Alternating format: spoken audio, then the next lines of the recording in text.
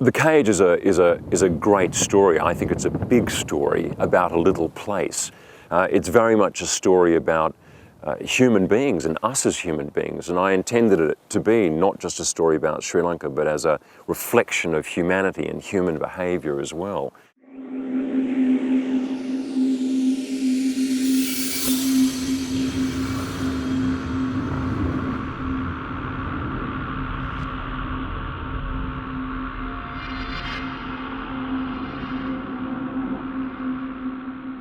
Came down to a wintry Canberra to launch the book here in Canberra at one of the big bookshops, Paperchain, and to do a radio interview with ABC here in Canberra, and an interview with the Canberra Times, which is the major paper in the capital city. Well, it's important because, look, it's a fairly peripheral kind of topic, the war in Sri Lanka, and not terribly well known. So often introducing the ideas behind a book is important as well. Gordon Weiss is with me, and I'm talking about, we're going to get into talking about his book, The Cage. To put this recent history in context, which is what you do in the book, since independence in 1948, you write that this beautiful land, Sri Lanka, has been marred by a toxic mix of religion, nationalism and xenophobia. Yes. I mean, you know, Sri Lanka in 1948 was poised to do really well. It was, it had a great reputation. Its finances were in great order. It had been left this wonderful infrastructure by the British who left in 1948.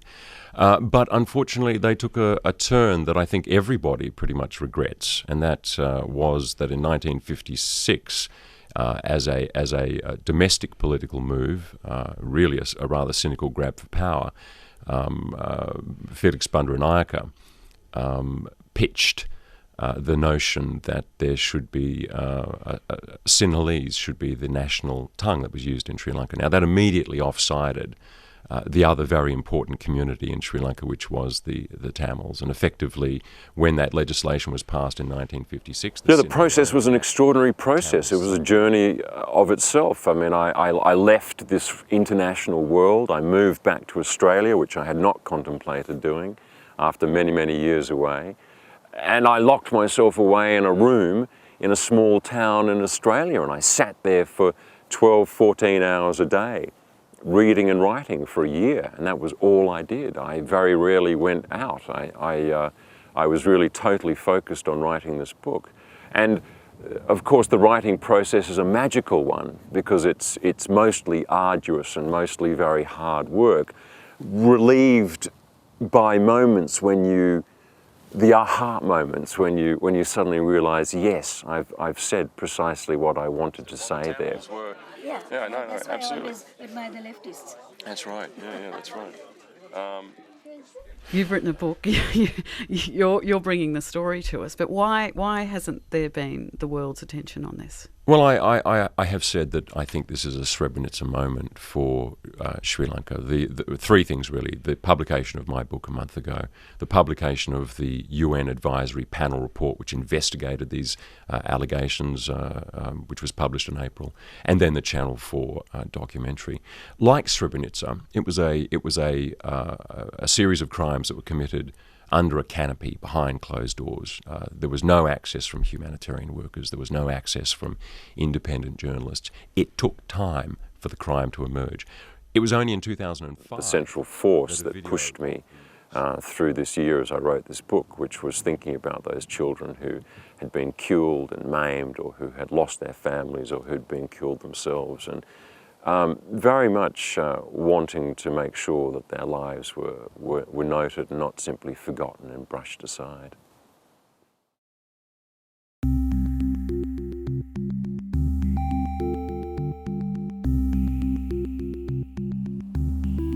For many years I think I manned up, as it were, and I just tried to ride through these things. I was in, the Darfurs and the Ugandas and the Kosovos, and I was in the Haitis, places that have registered in the world, in the headlines mostly over the years. I was struck by the fact that it really didn't affect me in many ways. I mean, but the thing that did affect me was after the birth of my own daughter.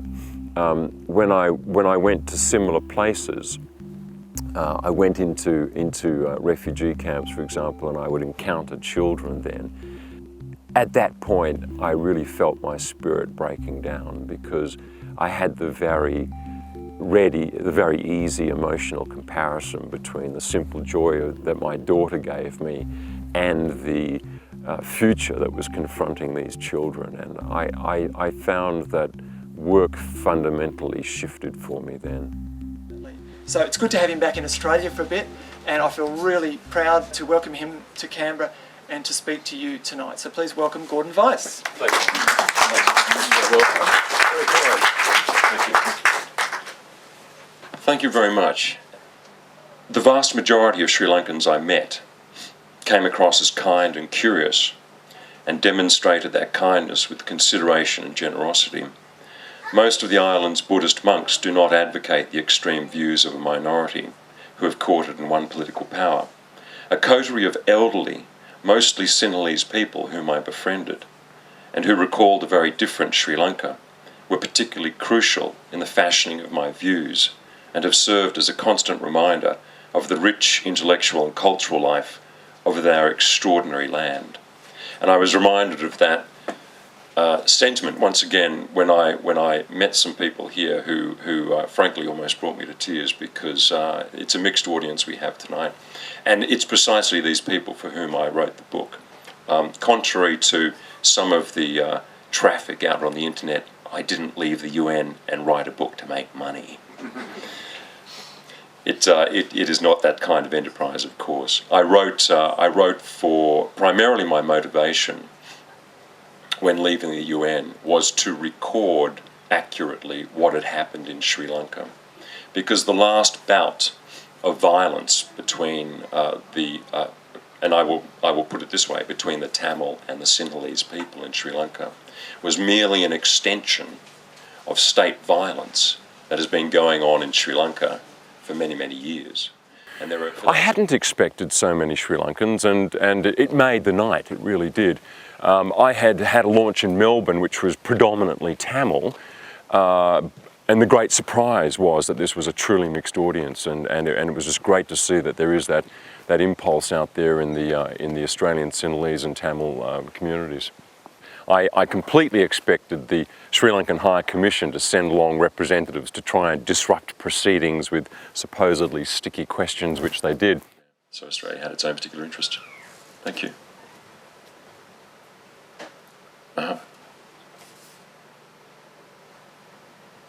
In many instances you claim that the Sri Lankan government killed 40,000 civilians. Do you have proof?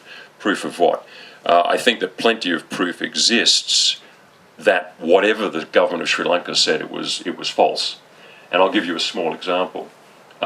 In February 2009, the government of Sri Lanka, the president of Sri Lanka, was saying that there were 50,000 people trapped in the north.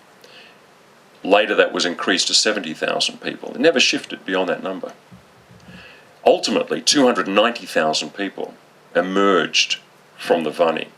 Probably there were something closer, I think, to 330,000, 350,000 people who were inside the Vani. So there are large numbers of people missing. The government also said that they were not using heavy bombardment. They weren't using heavy weapons. They also said that their soldiers had not mistreated any people. They weren't responsible for any executions.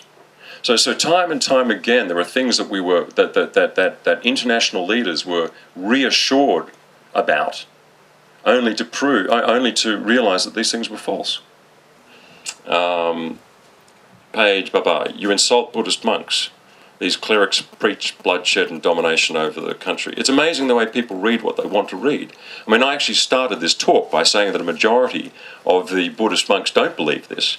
But to argue that the JHU does not preach bloodshed and domination over minorities in Sri Lanka is simply, it's blindness. Okay. The JHU, for those of you who don't know, is a party of Buddhist monks who sit in Parliament and who were one of the principal groups that was behind the particular move to war that was undertaken by the Rajapaksa government. We can talk about this face to face. I'm open to talk about anything. To kill anybody. I'm sorry? Monks never say to kill anybody. Okay. The thing that has come through most often, it's something that The Economist said, for example, is that the book is scrupulously fair, and that sense of balance is tremendously important in writing about such a highly emotive issue. But I think the review I enjoyed the most was a review written in the Australian Spectator, which said that the book was not just about the story of Sri Lanka, it was also about the world, the flesh and the devil, very much a parable of the human condition, and that was exactly what I was striving for when I wrote it. This was a political project. It was not just a work of literature. I wrote the book in order to get people to understand and to change things about what had happened in Sri Lanka. So it was written with great intentionality.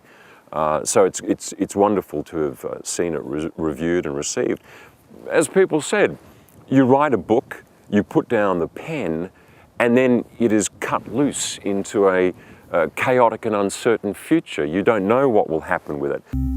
M-A-D-U-R-A.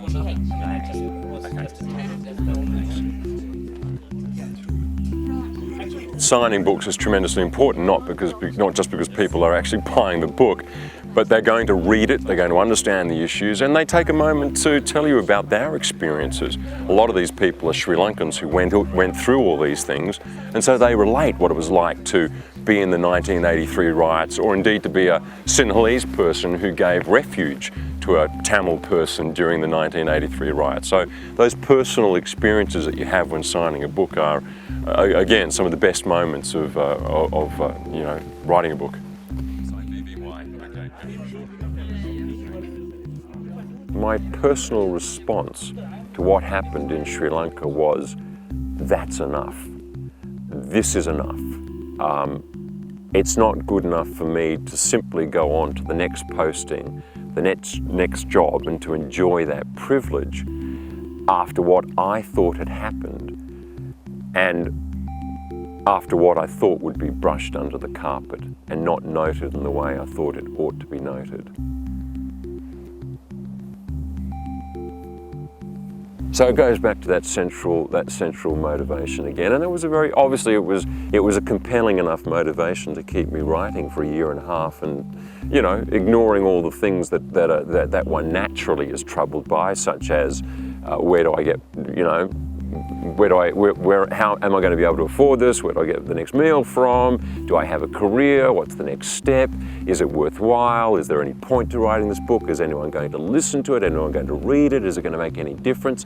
All those natural questions that flood up when you're doing something as apparently stupid and meaningless as sitting in a room by yourself for a year writing a book. And I think many of those things were answered by the way in which the book has actually been received. Thank you very much, and enjoy a drink. Thanks for coming.